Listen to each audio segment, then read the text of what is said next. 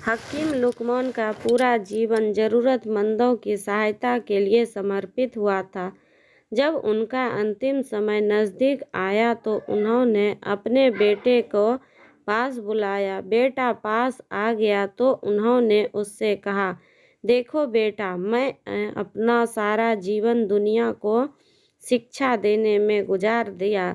अब अपने अंतिम समय में मैं तुम्हें ज़रूर बातें बताना चाहता हूँ, लेकिन इससे पहले जरा तुम एक कोयला और चंदन का एक टुकड़ा उठाकर ले आओ।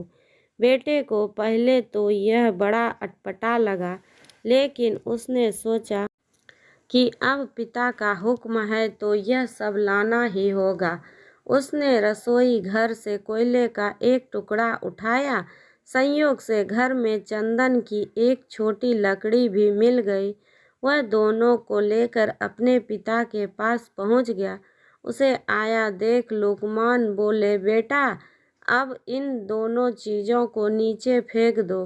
बेटे ने दोनों चीज़ें फेंक दिए और हाथ धोने जाने लगा तो लुकमान बोले, जरा ठहरो बेटा, मुझे अपने हाथ तो दिखाओ।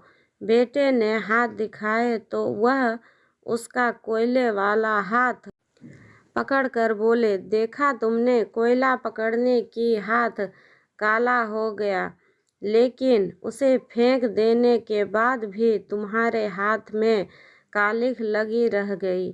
गलत लोगों की संगति ऐसी ही होती है। उनके साथ रहने पर भी दुख होता है और उनके साथ ना रहने पर भी जीवन भर के लिए बदनामी साथ लग जाती है।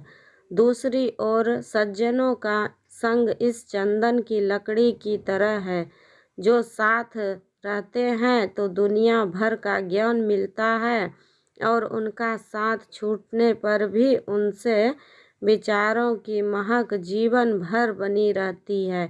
इसलिए हमेशा अच्छे लोगों की संगति में ही रहना।